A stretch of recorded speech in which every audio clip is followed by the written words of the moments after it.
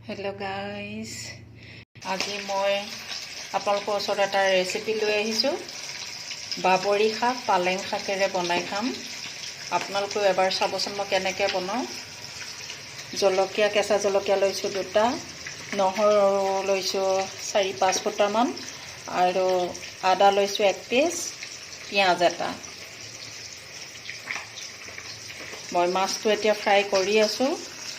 আলুটো এতিয়া বইল কৰিছোঁ, এটাই আলু লৈছোঁ। বইল কৰি পিটিকি মিক্স কৰি দিম, বাবৰিৰ লগত, মাছৰ লগত বনাই দিম। মাছ ফ্ৰাই কৰা হৈছেহি আৰু।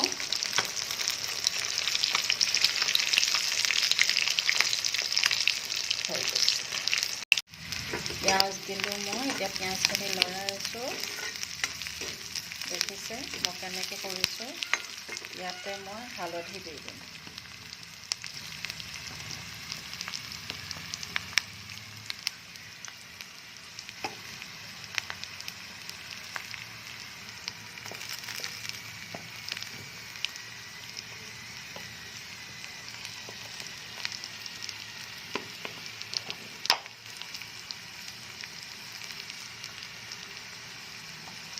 হালধি দিলোঁ। হালধি তেলত দি দিলে গোন্ধটো নাইকিয়া হয়, চেণ্টটো ভাল।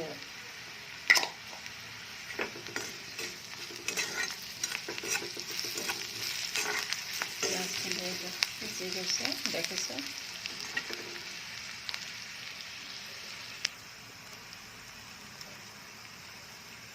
মই প্ৰেছ কৰা আদা, নহৰু, জালুক দিছিলোঁ, সেইখিনি এতিয়া দি দিছোঁ। খালোঁ।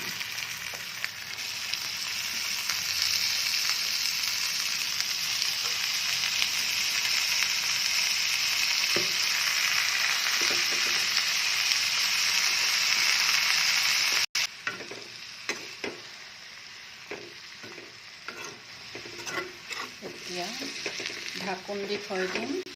মই আলুকেইডোখৰ পিটিকি ল'লোঁ, এতিয়া গুড়া কৰি লৈছোঁ।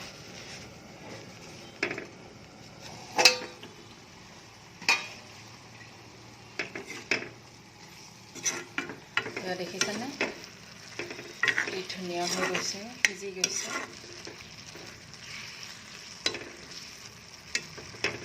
মই এতিয়া আলুখিনি দি দিম।